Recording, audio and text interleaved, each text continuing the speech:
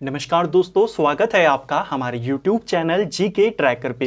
देखिए फ्रेंड्स, आज के वीडियो में हम बात करेंगे जो हमारी एक सीरीज है इंडियन ज्योग्राफी डिटेल सीरीज, जिसमें हम भारतीय भूगोल को यहाँ पर टॉपिक वाइज पूरी डिटेल के साथ कवर कर रहे हैं और आज हम इस सीरीज की 31वीं क्लास को कवर करेंगे। अभी तक हमने इंडियन ज्योग्राफी के विभिन्न टॉपिक्स को अलग अलग क्लासेस में कवर कर लिया है, जिसमें हमने भारत के बेसिक भूगोल को कवर किया, भारत का जो भौतिक स्वरूप है उसको देखा, नदी तंत्र को देखा, जलवायु को देखा, वनस्पति को देखा। लास्ट 2 क्लासेस से हम भारत में परिवहन तंत्र को कवर कर रहे थे। पिछली 2 क्लासेस में पहली वाली में हमने सड़क तंत्र और वायु तंत्र को कवर किया, वायु परिवहन और सड़क परिवहन को देखा। दूसरी क्लास में रेल परिवहन को कवर किया था। आज हमारी परिवहन तंत्र के अंतर्गत ये अंतिम क्लास होगी। इसमें हम जल परिवहन को देखेंगे, राष्ट्रीय जल मार्गों के बारे में बात करेंगे और एक सबसे इंपॉर्टेंट टॉपिक बंदरगाह, भारतीय भूगोल से संबंधित जो आपका टॉपिक है बंदरगाह का, यहां से हर एग्जाम में आपका सवाल बनता है। तो प्रमुख बंदरगाहों को लेकर के जो सवाल बनता है उसे भी आज की क्लास में कवर करेंगे। अगर आपने इससे पहले की हमारी ज्योग्राफी की क्लासेस को नहीं देखा है तो आप उनको प्लेलिस्ट में जाके देख सकते हैं। तो चलिए दोस्तों, आज की क्लास को शुरू करते हैं। सबसे पहले बात करते हैं भारत में जल परिवहन की। इसके अंतर्गत 2 इंपॉर्टेंट संस्थाएं हैं जो आपको याद होनी चाहिए। देखिए, पहली है केंद्रीय अंतर्देशीय जल मार्ग प्राधिकरण, जिसे अब केंद्रीय अंतर्देशीय जल परिवहन निगम के नाम से जाना जाता है। स्टार्टिंग में इसे इस नाम से जाना जाता था, अब इसको क्या कहते हैं? केंद्रीय अंतर्देशीय जल परिवहन निगम। ठीक है, इसका शॉर्ट में कहा जाता है CIWTC, यानी central inland water transport corporation. ठीक है, इसकी स्थापना 1967 में होती है और इसका जो हेडक्वार्टर है वो कोलकाता में स्थित है। इसके अलावा जो दूसरी संस्था है वो है भारतीय अंतर्देशीय जल मार्ग प्राधिकरण, यानी IWAI। इसका फुल फॉर्म होता है inland waterways authority of India.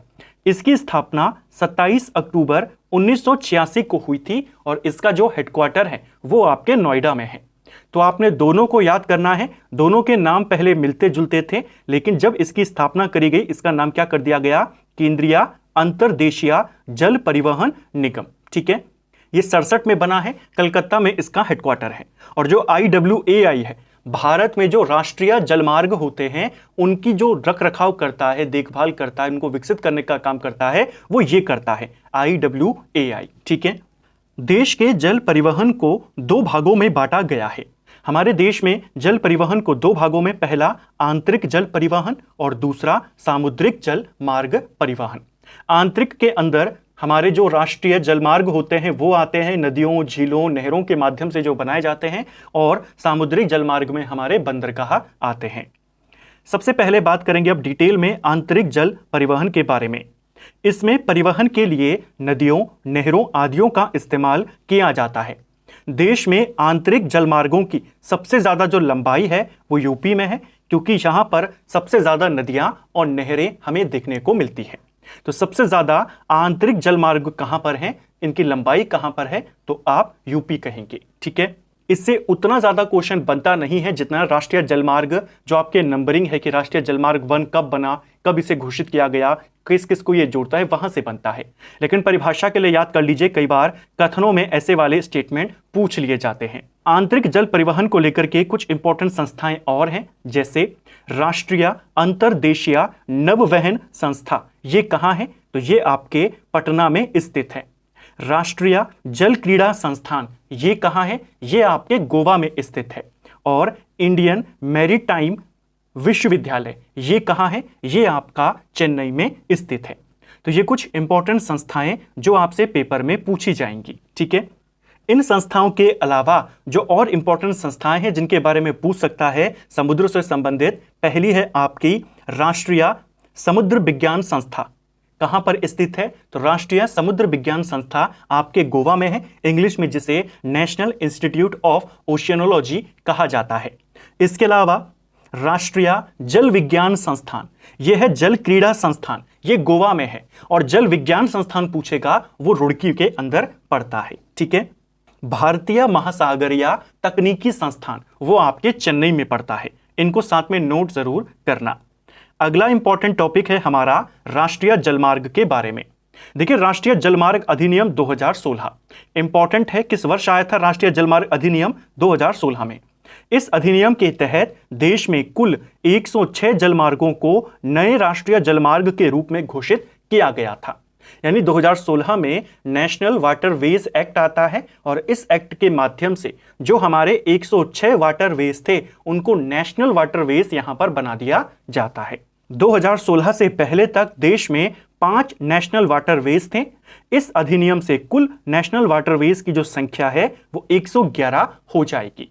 Question बनेगा 2016 तक नेशनल वाटरवेज की संख्या कितनी थी? तो केवल 5 थी। 2016 में 106 जलमार्गों को राष्ट्रीय जलमार्ग घोषित किया गया।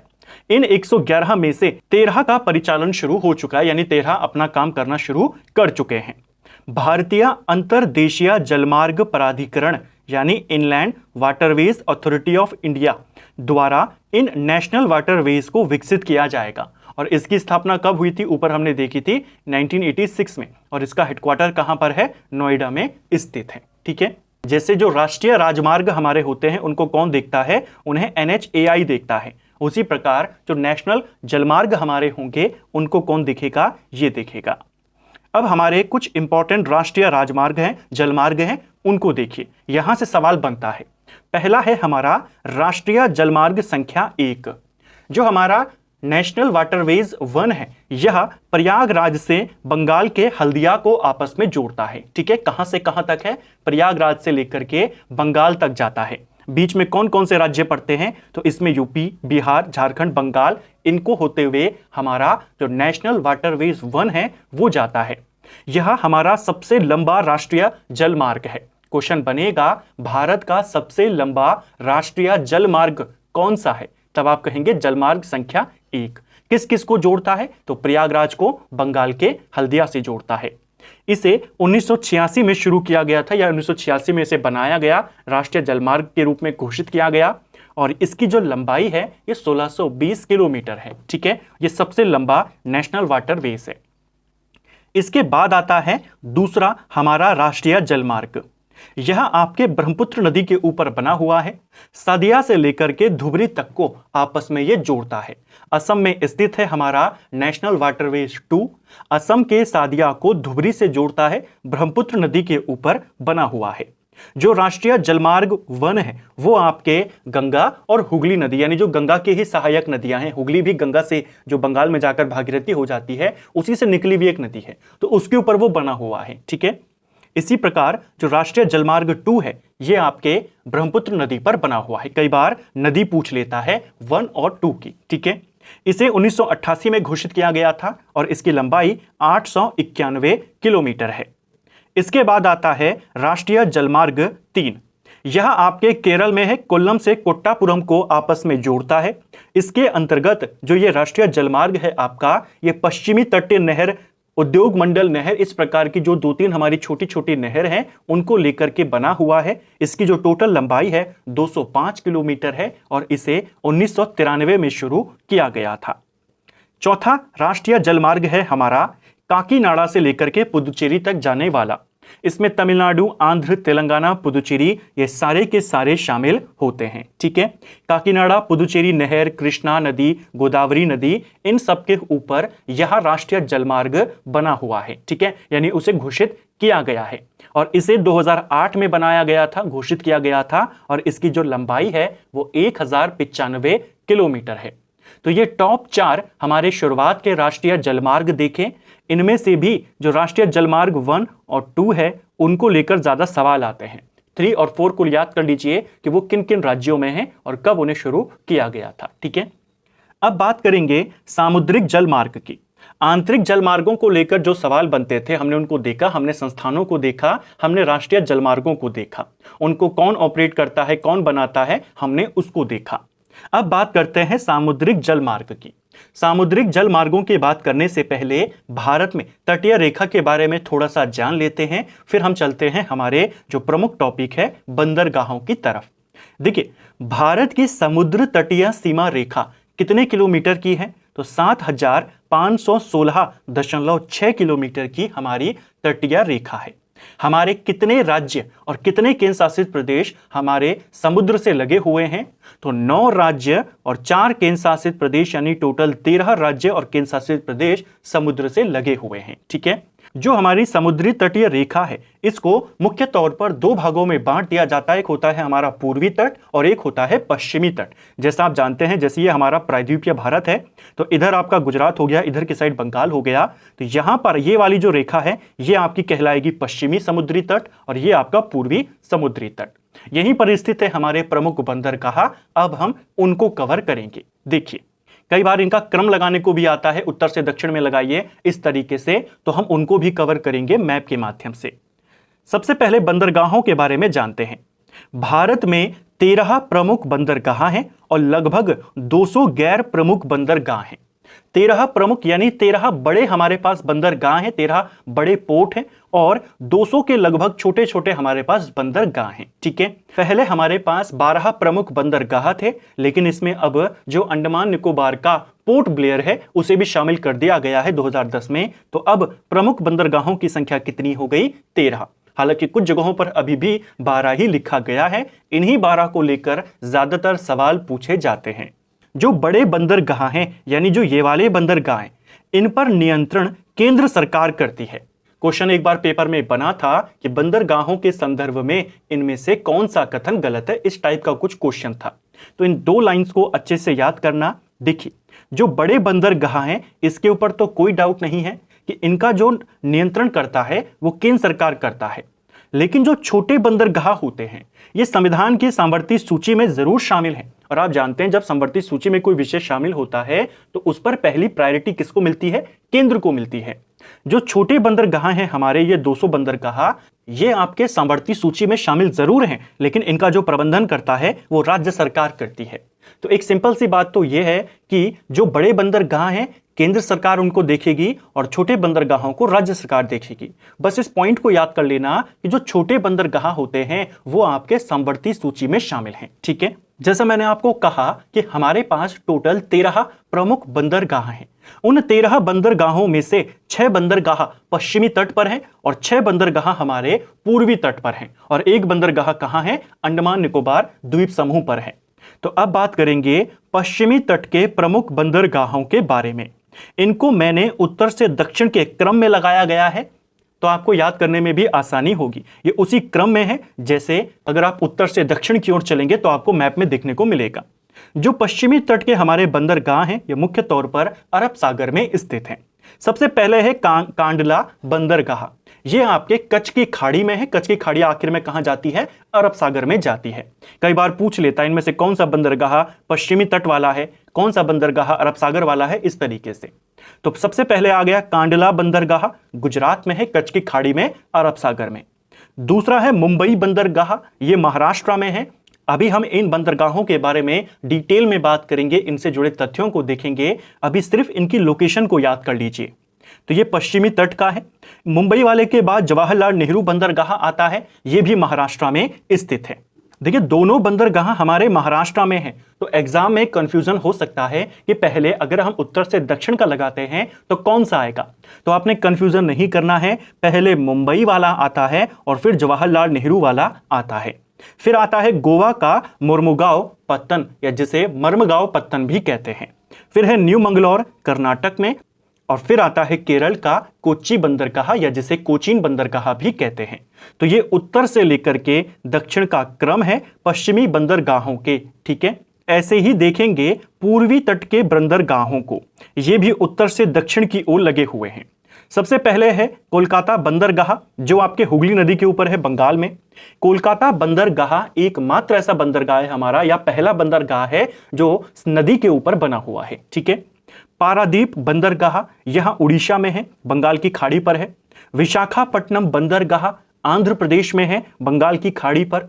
इसके बाद चेन्नई वाला आता है, तमिलनाडु में है। एन्नौर और तूतीकोरन, ये तीनों के तीनों तमिलनाडु में है। तो इनका क्रम याद कर लेना, यहां पर जो एन्नौर वाला है इसको चेन्नई से पहले रखना। ठीक है, विशाखापट्टनम के बाद एन्नौर बंदरगाह है, उसके बाद चेन्नई बंदरगाह और फिर आपका तूतीकोरिन बंदरगाह। तो ये इनका उत्तर से दक्षिण क्रम है। बस एक चेंज यहां पर करना, इसे नंबर 4 कर देना और इसे नंबर 5 कर देना। आपके पास एक चीज और पूछी जाती है पेपर में कि बताइए इनमें से कौन सा प्राकृतिक है और कौन सा कृत्रिम बंदरगाह है। आपने याद नहीं करना है कि कौन कौन सा प्राकृत है, प्राकृतिक बंदरगाह ज्यादा है हमारे पास।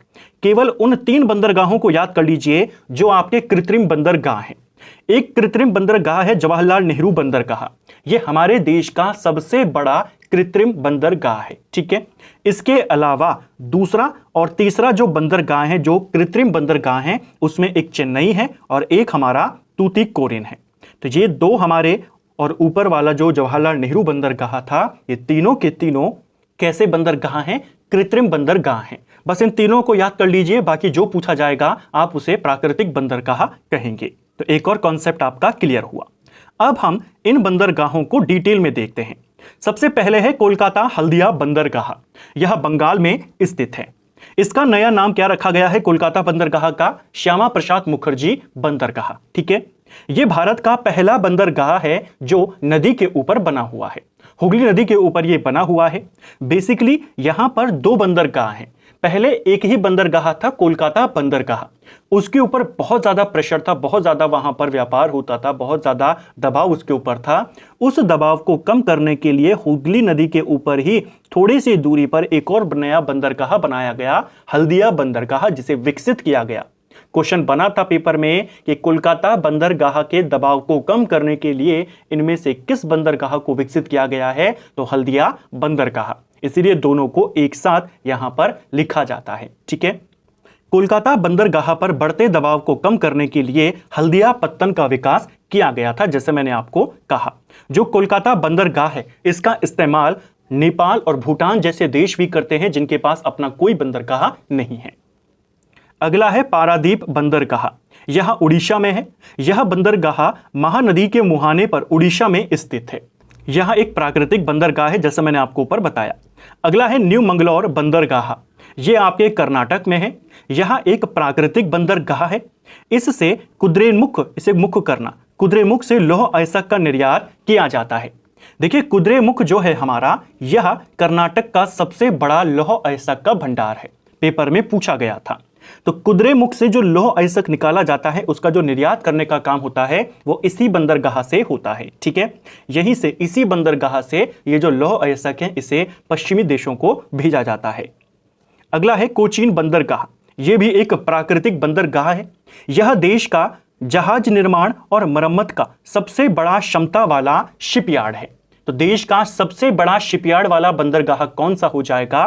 कोच्चि बंदरगाह, जिसे कोचीन बंदरगाह भी कहते हैं, और ये आपके केरल में है। यहां पर कोचीन शिपयार्ड लिमिटेड, इसकी स्थापना हुई थी। यह स्थापना 1972 में हुई थी। इस बंदरगाह को अरब सागर की रानी भी कहा जाता है। क्वेश्चन बन जाएगा, ठीक है। अगला है जवाहरलाल नेहरू बंदरगाह, जिसे नहवा शेवा बंदरगाह के नाम से भी जाना जाता है। यह आपके महाराष्ट्र के नवी मुंबई में स्थित है। यह भारत का सबसे बड़ा कृत्रिम और आधुनिक सुविधाओं से युक्त पत्तन है। यानी हमारा जो सबसे बड़ा बंदरगाह है वो तो मुंबई बंदरगाह है, जिसके बारे में हम अभी देखेंगे, लेकिन मुंबई वाला एक प्राकृतिक बंदरगाह है। अगर पूछेगा भारत का सबसे बड़ा कृत्रिम बंदरगाह कौन सा है, तो वो ये वाला है, ठीक है। इसका निर्माण मुंबई बंदरगाह को सहायता देने के लिए किया गया था। यानी मुंबई जैसे हल्दिया बंदरगाह को विकसित किया गया कलकत्ता वाले की मदद करने के लिए, वैसे ही इसकी मदद के लिए जवाहरलाल नेहरू बंदरगाह बना था। अगला है मुंबई बंदरगाह। इसको लेकर सबसे ज्यादा सवाल आते हैं। मुंबई बंदरगाह नाम से ही है, जैसे मुंबई में स्थित है। यह एक प्राकृतिक बंदरगाह है और देश का सबसे बड़ा बंदरगाह भी यही है। सबसे बिजिएस्ट बंदरगाह, जहां से सबसे ज्यादा व्यापार होता है, वो भी यही है। भारत का सबसे ज्यादा व्यापार इसी बंदरगाह से होता है। यह बंदरगाहों के कुल यातायात का 5वां भाग संभालता है। यानी बंदरगाहों से जितना व्यापार होता है उसका अकेला 5वां भाग कौन करता है? मुंबई बंदरगाह। और यह हमारा सभी प्रमुख बंदरगाहों में सबसे बड़ा बंदरगाह है, ठीक है। कांडला बंदरगाह की बात करते हैं तो कच्छ की खाड़ी में है, गुजरात में है। इसका नाम भी बदला गया है, इसे दीनदयाल बंदरगाह के नाम से जाना जाता है। यह कच्छ की खाड़ी के सिरे पर स्थित एक ज्वारिया बंदरगाह है। देखिए ज्वारिया बंदरगाह को लेकर सवाल बनता है कि इनमें से कौन सा एक ज्वारिया बंदरगाह है। जो प्रमुख हमारा ज्वारिया बंदरगाह है वो कांडला पोर्ट है। ज्वारिया बंदरगाह क्या होता है? ज्वारिया बंदरगाह उन बंदरगाहों को कहते हैं जिनमें जो पानी का स्तर होता है महासागर में जैसे जैसे ज्वार आते हैं उनके अनुसार घटता और बढ़ता रहता है। यानी जैसे ही ज्वार आता है तो महासागर का पानी इन बंदरगाहों में घुस जाता है, यहां पर पानी का जो स्तर है वो बढ़ जाता है, और जैसे ही वो वापस जाता है पानी का स्तर कम हो जाता है। तो इसको ध्यान रखना है कि इसमें जो वाटर लेवल होता है वो चेंज होता रहता है महासागर के ज्वार के अनुसार। ठीक है, यह उत्तर भारत को आपूर्ति करने वाला सबसे बड़ा बंदरगाह है। तो उत्तर भारत को आपूर्ति करने वाला सबसे बड़ा बंदरगाह कौन है? गुजरात का कांडला पोर्ट। इसे मुक्त व्यापार क्षेत्र घोषित किया गया है। जो हमारा फ्री ट्रेड एरिया घोषित हुआ है वो कौन सा पोर्ट है? कांडला पोर्ट है। ठीक है, ये क्वेश्चन भी कई बार पेपर में बना है। अगला है मोर्मुगांव बंदरगाह। यह गोवा में जुआरी नदी के बाएं तट पर स्थित है। यह एक प्राकृतिक बंदरगाह है। ठीक है, यह ज्वारण उद्मुख पर स्थित है। ज्वारण उद्मुख क्या होता है, डेल्टा क्या होता है, हमने हमारी जो पिछली क्लासेस थी नदी तंत्र की उसमें कवर किया था। जब नदी समुद्र में मिलने वाली होती है तो अपने साथ जो वो सारे मिट्टी कंकड़ पत्थर लेकर आती है, अपने साथ जो कण लेकर आती है, वो जब समुद्र के तट पर जब वो मिलने वाली होती है समुद्र पर, उनका जब जमाव हो जाता है जिस वजह से वहां पर एक ढेर बन जाता है और पानी धीरे धीरे जाकर समुद्र में मिलता है, उसे डेल्टा कहते हैं। और जहां पर पानी समुद्र में मिलना होता है पानी का बहाव इतना ज्यादा होता है कि कोई भी कण वहां पर जमा नहीं हो पाते और पानी सीधा समुद्र में चला जाता है, उसे ज्वार उन्मुख कहा जाता है। तो यह जो मोर्मुगांव पत्तन है गोवा का, यह उसी ज्वार उन्मुख पर स्थित है जिसे एस्चुरी भी कहते हैं। ठीक है, इंग्लिश में। यह बंदरगाह लौह अयस्क निर्यात के लिए फेमस है, इसको भी ध्यान रखना। अगला है तूतीकोरिन बंदरगाह। तमिलनाडु में है, मन्नार की खाड़ी पर स्थित है। इसका नया नाम है वीओ चिदंबरनार बंदरगाह, इसको भी ध्यान रखना। और यह एक कृत्रिम बंदरगाह है। 3 कृत्रिम बंदरगाह जैसे मैंने आपको कहा, आपको उनको याद करना है। पहला जवाहरलाल नेहरू बंदरगाह, दूसरा तूतीकोरिन बंदरगाह और इसके अलावा चेन्नई बंदरगाह। तूतीकोरिन बंदरगाह के पास मन्नार की खाड़ी का तट अत्यधिक छिछला है, यानी पानी वहां पर बहुत कम है, जिसके कारण जहाज तट तक नहीं पहुंच पाते हैं। यानी बड़े जहाजों को यहां पर बहुत दिक्कत होती है कि पानी इतना गहरा नहीं है जिससे वो आसानी से यहां पर आ सके। तूतीकोरिन बंदरगाह के निकट मछलियां बहुत ज्यादा पकड़ी जाती हैं, बहुत ज्यादा मात्रा में, इसीलिए इसे मत्स्य पत्तन यानी मछली बंदरगाह भी कहते हैं। तो इसको भी आपने इस वाले पॉइंट को भी याद करना है। अगला है चेन्नई बंदरगाह। यह आपके तमिलनाडु में है। यह एक कृत्रिम बंदरगाह है। यह भारत का सबसे प्राचीन बंदरगाह, इसकी स्थापना 1875 में होती है। सबसे बड़ा बंदरगाह आप कहेंगे मुंबई पोर्ट, सबसे पुराना कहेगा तब आप कहेंगे चेन्नई पोर्ट। ठीक है, यह बंदरगाह आंध्र प्रदेश की बर्किंगम नहर और तमिलनाडु की कंबरजुआ नहर से अलग होता है, इसको भी ध्यान रखना। अगला है एन्नौर बंदरगाह। यह तमिलनाडु में स्थित है। इसका नाम भी बदला गया था, इसका नाम अब कामराज बंदरगाह है। 2014 में इसका नाम बदल दिया गया था। जो एन्नौर बंदरगाह है हमारा तमिलनाडु का, ये देश का पहला निगमित पत्तन है। निगमित पत्तन यानी कि भारत में एक कंपनी के रूप में पंजीकृत पहला बंदरगाह कौन सा है? वो एन्नौर बंदरगाह है। ठीक है, यह देश का पहला सबसे बड़ा कंप्यूटरीकृत बंदरगाह यानी पूर्ण तरीके से कंप्यूटराइज जो हमारा पोर्ट है वो कौन सा है? एन्नौर वाला है। इसका विकास चेन्नई बंदरगाह के सहायक बंदरगाह के रूप में किया गया है। ये सवाल भी बन सकता है, जैसे मुंबई की सहायता के लिए जवाहरलाल नेहरू बंदरगाह, कलकत्ता बंदरगाह की सहायता के लिए हल्दिया पोर्ट और उसी प्रकार चेन्नई की सहायता के लिए हमारा एन्नौर बंदरगाह। यह भी एक प्राकृतिक बंदरगाह है। इसको लेकर एक फैक्ट ये भी है कि इसे एशियाई विकास बैंक जो एडीबी है उसकी मदद से विकसित किया गया है। ठीक है, अगला है विशाखापट्टनम बंदरगाह। इसको लेकर भी कई सारे सवाल बनते हैं।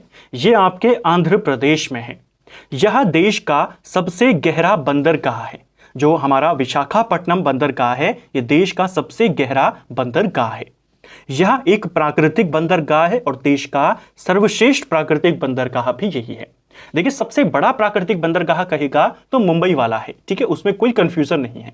लेकिन सबसे अच्छा प्राकृतिक बंदरगाह पूछेगा तो वो ये वाला है विशाखापट्टनम। इसे सबसे गहरा बंदरगाह कहा गया है, इसको भी ध्यान रखना। यह एक स्थल रुद्ध बंदरगाह है यानी लैंड लॉक्ड बंदरगाह है हमारा विशाखापट्टनम। स्थल रुद्ध का मतलब हो गया कि यह आपके अधिकांश जमीन से घिरा हुआ है और एक जल मार्ग के द्वारा यह समुद्र से जुड़ा हुआ है। ठीक है, तो कौन सा हमारा बंदरगाह भू आबद्ध बंदरगाह है, लैंड लॉक्ड है यानी स्थल रुद्ध है, तो वो है आपका विशाखापट्टनम बंदरगाह। इस बंदरगाह के नजदीक ही एक डॉल्फिन नोज चट्टान है, तो उसको लेकर सवाल आता है डॉल्फिन नोज चट्टान कहां पर है, वो इसी बंदरगाह के नजदीक है, इसी के पीछे स्थित है। ठीक है, ये हमारे 12 बंदरगाह जिनके बारे में हमने डिटेल में जानने का प्रयास किया। ठीक है, 13वां जो बंदरगाह है जैसे मैंने कहा वो पोर्ट ब्लेयर है, अंडमान निकोबार द्वीप समूह पर है। उसको लेकर के सवाल अगर बनेगा तो यही बन सकता है कि देश का 13वां प्रमुख बंदरगाह किसे घोषित किया गया है, तो आप पोर्ट ब्लेयर का नाम लेंगे। 2010 में उसे यह घोषित किया गया था। ठीक है, इन बंदरगाहों के अलावा एक पेपर में और जो आपके पूर्वी तट के बंदरगाह हैं उनका क्रम लगाने को आया था उत्तर से दक्षिण की ओर लगाने के लिए, तो उनको भी नोट कर लीजिए। इस डायग्राम के माध्यम से, इस चित्र के माध्यम से आप इन बंदरगाहों को जो आपके उत्तर से दक्षिण के क्रम में हैं, क्योंकि इसमें छोटे छोटे बंदरगाह भी शामिल हैं और बड़े बंदरगाह भी शामिल हैं। बड़े बंदरगाहों का क्रम मैं आपको ऊपर बता चुका हूं, यहां पर एक बार इन बंदरगाहों के क्रम को भी लिख लीजिए, पेपर में सवाल बना था। ठीक है, सबसे पहले पूर्वी तट की बात करते हैं तो कोलकाता बंदरगाह सबके ऊपर है, उसके बाद पाराद्वीप आता है, उसके बाद विशाखापट्टनम है, उसके बाद काकीनाडा आ जाता है, फिर आता है मछलीपट्टनम, चेन्नई आता है, चेन्नई के बाद मामल्लपुरम आएगा, कराईकल आएगा, नागपट्टनम आएगा, तूतीकोरिन यहां पर आ जाएगा। इनको नोट करेंगे। उसके बाद इसी तरह से जो पश्चिमी तट है हमारा, जिसमें सबसे ऊपर पहले गुजरात के साइड तो हमारा कांडला पोर्ट तो आएगा ही आएगा, लेकिन उसके बाद शुरू करते हैं तो भड़ौच है, सूरत है, मुंबई, मर्मगांव, कारखाड़, न्यू मंगलौर, कासरगौड़, कोचीन, एलओपी, तिरुवनंतपुरम और फिर अंत में कन्याकुमारी। तो इन डायग्राम को भी याद करें। यहां पर जो पूर्वी तट है जहां पर आपका विशाखापट्टनम, काकीनाडा, मछलीपट्टनम और मामल्लपुरम था, इन चार को दिया गया था और इनका क्रम लगाने के लिए पूछा गया था कि उत्तर से दक्षिण में इनको लगाइए। ठीक है, चलिए अब बंदरगाहों से संबंधित, समुद्री जल परिवहन से संबंधित कुछ इंपॉर्टेंट फैक्ट्स हैं, उनको देखते हैं।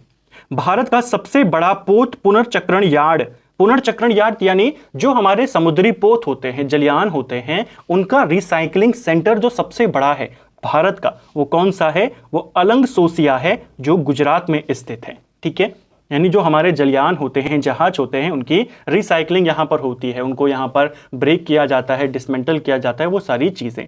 तो भारत का सबसे बड़ा पोत पुनर्चक्रण यार्ड, रिसाइकलिंग यार्ड कहाँ पर है, अलंग सोसिया गुजरात में।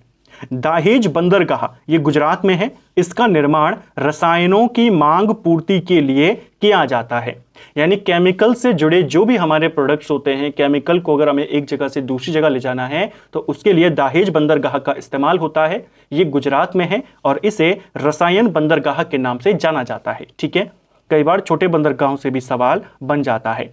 देश का पहला निजी बंदरगाह, प्राइवेट जो पोर्ट है वो मुंद्रा पोर्ट है, इसको भी ध्यान रखना, ये आपके गुजरात में है। ये देश का सबसे बड़ा कंटेनर बंदरगाह भी है। ठीक है, स्थिति कहां पर है, तो गुजरात में कच्छ की खाड़ी में स्थित है। भारत का औसत समुद्र तल की ऊंचाई चेन्नई से मापी जाती है, ये क्वेश्चन भी पेपर में बना है और इससे पहले जब हमने समुद्री तटों को देखा था उसमें भी इसको कवर किया था।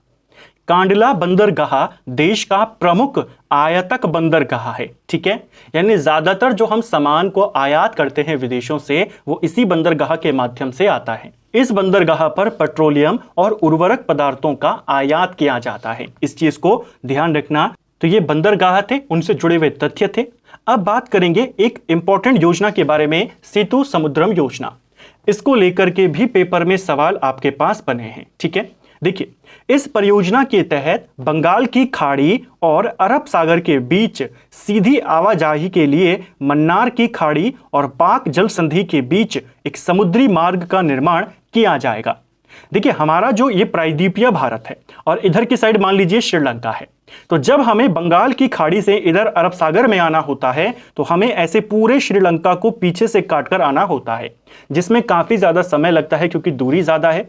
तो सेतु समुद्रम परियोजना एक बनाई गई जिसके माध्यम से जो आपका पाक जल संधि है और मन्नार की खाड़ी है, यहां पर एक मार्ग बनाया जाएगा ताकि पूरे श्रीलंका को हमें पार करके न आना पड़े। तो यहां पर मार्ग बनाने का एक परियोजना है जिसे सेतु समुद्रम परियोजना कहते हैं।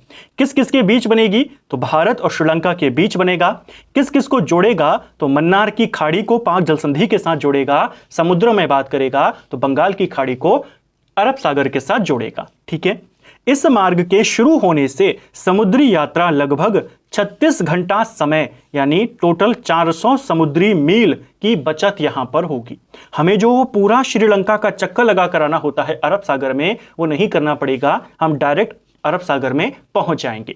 तो लगभग कितना समुद्री मील यहां पर बचेगा? 400 समुद्री मील। ठीक है, भारत और श्रीलंका के बीच समुद्री मार्ग वाली इस परियोजना का प्रस्ताव 1860 में ब्रिटिश कमांडर एडी टेलर ने रखा था। ये कोई आज की परियोजना नहीं है, यह बहुत पुरानी परियोजना है जिसे सबसे पहले एक ब्रिटिश अधिकारी एडी टेलर ने रखा था 1860 के अंदर। ठीक है, इसके बाद इस परियोजना का ऐलान, इसे बनाने का जो ऐलान किया गया 2005 में केंद्र सरकार ने किया। 2007 में इसका काम शुरू भी हुआ, लेकिन बहुत ज़्यादा जो विवाद हुआ, जो यहाँ के मछुआरे थे, जो पर्यावरण संगठन थे, उन्होंने काफ़ी ज़्यादा विवाद किया कि इस मार्ग को बनाने से यहाँ की मछलियों को नुकसान होगा, उस वजह से इसको पूरा करने में प्रॉब्लम्स आ रही हैं। ठीक है, तो इसको आपने ध्यान रखना है। इसको लेकर सवाल बनता है कि किस किस को जोड़ता है, कैसे जोड़ता है, कौन कौन से समुद्रों को जोड़ेगा, किन किन जल संधि को जोड़ेगा, वो सारी बातें। अगली इंपॉर्टेंट योजना है समुद्र से जुड़ी हुई, वो है सागरमाला परियोजना। जिस प्रकार भारतमाला परियोजना नेशनल हाईवेज के निर्माण से संबंधित है, उसी प्रकार सागरमाला परियोजना हमारे जो सभी बंदरगाह हैं उनको जोड़ने, उनको विकसित करने से संबंधित है। देश के सभी बंदरगाहों को जोड़ने, उन्हें नई तकनीकों से परिपूर्ण करने, समुद्री व्यापार को बढ़ावा देने के लिए 15 अगस्त 2003 को सागरमाला परियोजना की घोषणा करी गई थी तत्कालीन प्रधानमंत्री अटल बिहारी वाजपेयी के द्वारा। ठीक है, यह घोषित हुई थी। इसकी शुरुआत जो करी गई 2014 में, जो मेक इन इंडिया कार्यक्रम शुरू हुआ था, उसके तहत पीएम नरेंद्र मोदी ने इसको शुरू किया था। कैबिनेट ने सागरमाला परियोजना को 25 मार्च 2015 को अपनी मंजूरी दी थी। इस योजना के में बंदरगाहों को आधुनिक बनाने के साथ साथ उसके आसपास विशेष आर्थिक क्षेत्रों को भी विकसित किया जाएगा। तो ये हमारी जो सागरमाला परियोजना है, ये बंदरगाहों से संबंधित है। भारतमाला परियोजना नेशनल हाईवे से संबंधित थी। ठीक है, तो आपने दोनों को याद करना है, दोनों क्वेश्चन बन सकते हैं। तो फ्रेंड्स, ये था हमारा आज का वीडियो, जिसमें हमने पहले भारत में आंतरिक जल परिवहन को देखा, प्रमुख संस्थाओं को देखा, प्रमुख राष्ट्रीय जलमार्गों को देखा, फिर हमने बंदरगाहों के बारे में बात करी, बंदरगाहों में कौन प्राकृतिक है, कौन हमारा कृत्रिम है, उसको देखा, उत्तर से दक्षिण में क्रम को देखा, छोटे और बड़े बंदरगाहों को एक साथ मैप के माध्यम से देखा। दो इंपॉर्टेंट जो परियोजना है, सागरमाला परियोजना और सेतु समुद्रम परियोजना, उनको सिंपल भाषा में समझने का प्रयास किया। उम्मीद करता हूं आपको आज का वीडियो पसंद आया होगा। अगर आपको ये वीडियो पसंद आई है तो वीडियो को लाइक करें, चैनल पर नए हैं तो सब्सक्राइब करें, अपने दोस्तों के साथ शेयर करें। वीडियो आपको कैसा लगा कमेंट बॉक्स में हमें ज़रूर बताएं। Thank you friends.